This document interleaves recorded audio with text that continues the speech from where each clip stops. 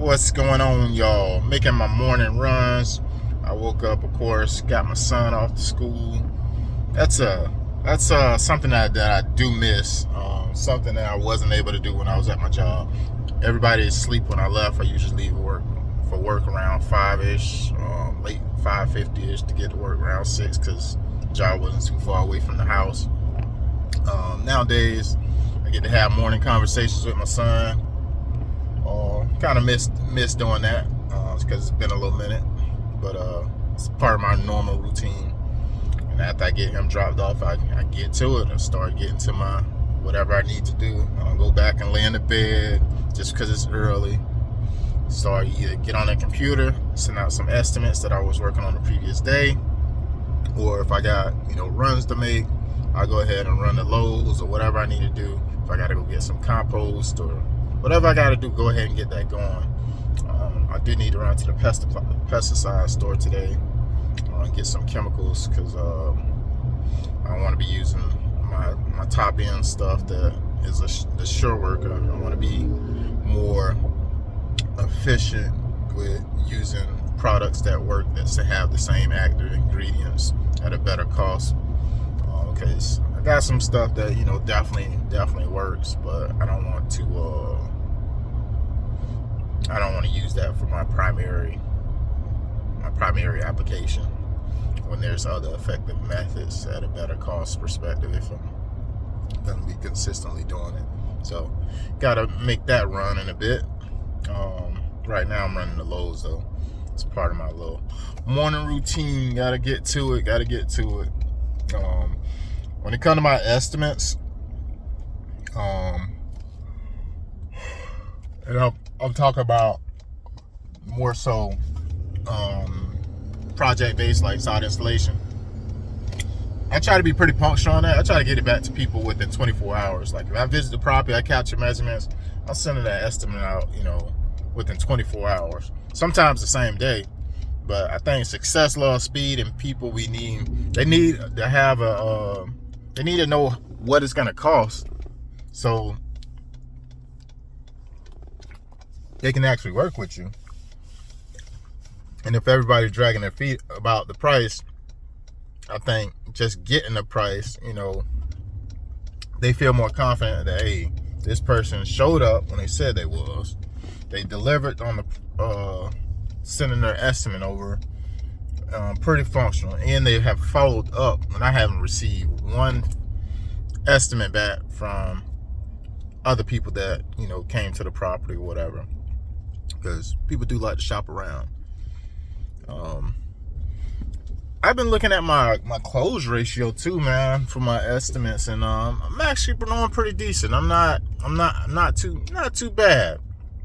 I was doing a little bit of I want to study why I'm closing, and I think that sometimes when it comes to like closing some of these clients, when it comes to projects like side installation and stuff like that, of course they can find a decent amount of people to do it, right? Because a lot of people install sod.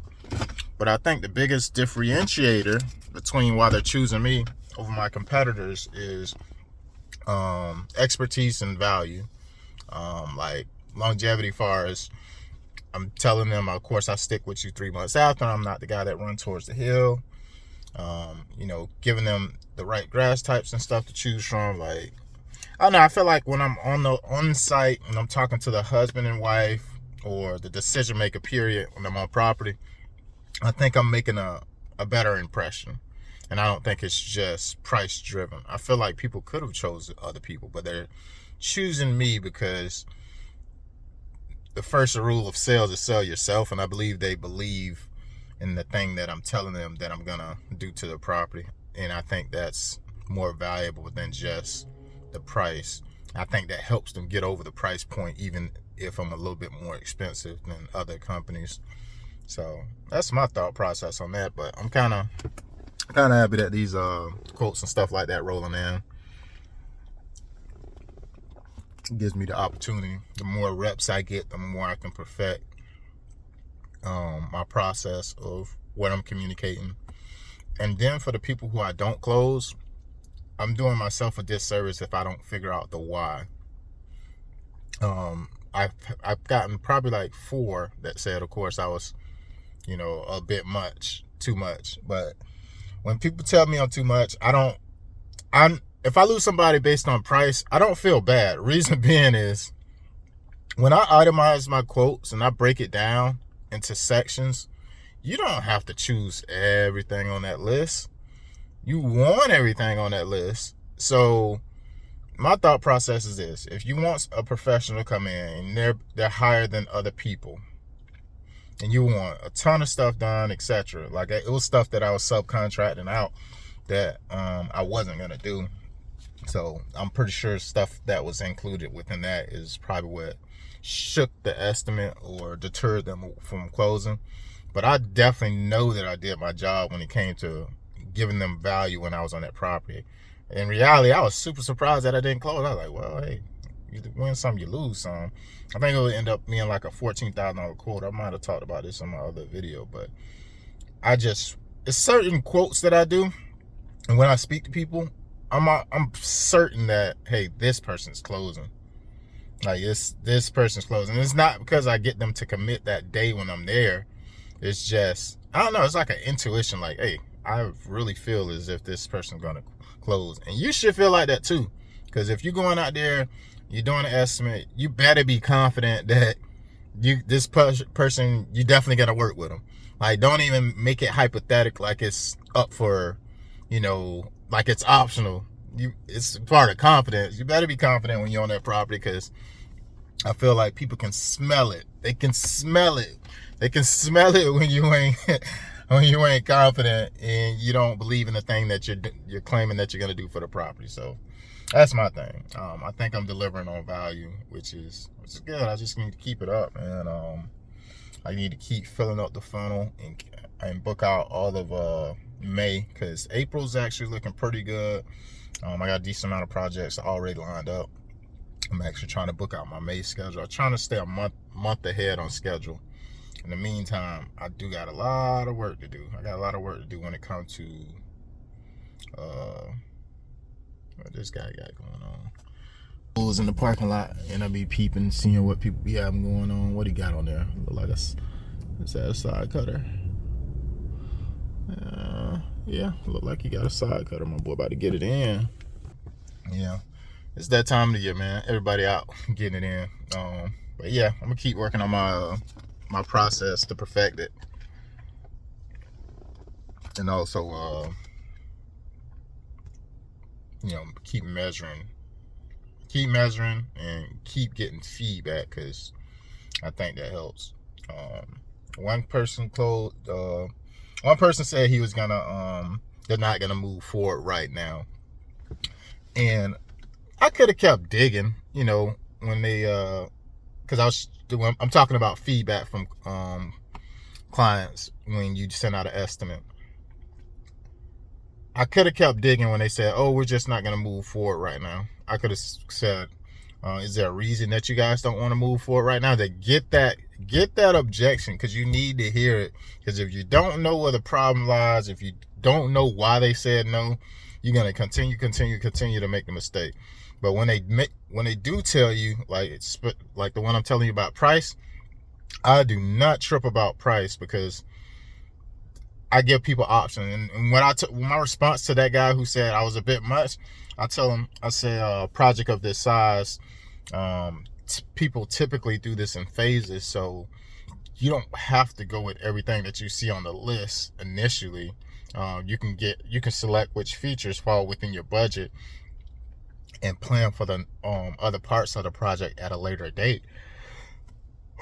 Because that's the truth. Like, you ain't got to spend no 14 bands one time. You don't have to just spend 14. You could have spent, 5, 6 and got majority of the progress what you wanted to see done taken care of.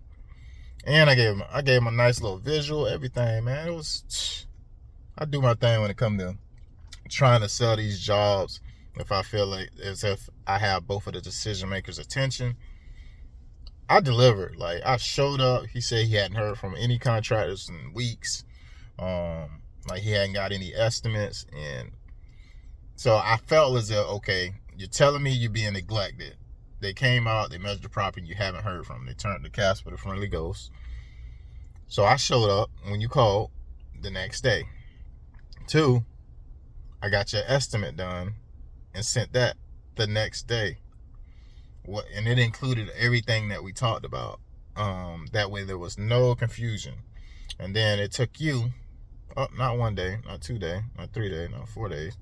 It took him 5-6 days to actually give me that feedback. And I feel like they've already have, and I've seen them playing around with the estimate. I got my CRM shows me when people click on selected items that they want within their service. And what they were doing was they probably just going in there, selecting all the features and looking at the total and comparing it to my competitors, of what the competitors said they were going to do. But it was price driven, and it's okay. Shop around. But that's the reason why I charge a consultation fee, because people shop around and waste your time. And I spent about, I would say for that specific property, I probably spent about an hour and a half with metrics. Well, probably 2 hours total. 2 hours total of time that I can't get back. That I actually have my irrigation specialist subcontractor come out along with me on my second trip. So I went there and I talked to the husband, and I talked to him for about 25 minutes. The wife pop up because she's the one who got all the vision. She's the decision maker. Talked to her for another 20 minutes. So that's like 40 minutes. And it took me about another 25, 30 minutes to actually measure out the property. But after I got all the visuals together and everything, I was like, okay. And I already had punched it into my CRM, and I had it itemized how I want it. I was like, let me reach out to my technician to make sure we can get all this other stuff that they're inquiring about done, because I'm not doing irrigation. I'm not doing all this other stuff that they need to have done within this project. I'll take care of the side part of it, but I'm not doing all the other stuff. I really want just the side and the weed control, if I can land the weed control with them. But the other parts of the project, I feel, is what that detoured them from moving forward. But that was only a comparison to them just adding everything together. So if you lose something on price, do not try to, like me, I don't negotiate well. So itemizing those quotes work perfect for me, because I have a simple way of answering people's objection to price. Like, if you feel like the price is too high, well, don't choose everything. Just simply get what's in your budget. You don't have to go with everything. And it was like, oh, do you offer military discount? I'm sorry, unfortunately, we actually don't. We used to, which we did, but I don't offer military discounts because I don't want to be looked at as the discount guy in this area, being that it's like a Charleston like area, Air Force Base. You got the Navy here. Like, you got a lot of military base in the area, so people are heavy on discounts to an extent. Like, people feel like, okay, if you're doing anything or you're getting any type of service, right, ask for military discount. So I don't offer military discounts. Just the cost is what it costs, and yeah, it's kind of hard to get around it. But I'm gonna get going, y'all, because I gotta get in this store. I can't talk to y'all too long. Here, like everybody else, they ripping and running like this. They got motion in the parking lot. Everybody's moving. They're pulling up and they're coming in. They're pulling up, they're walking in, and I gotta do. I'll get at y'all.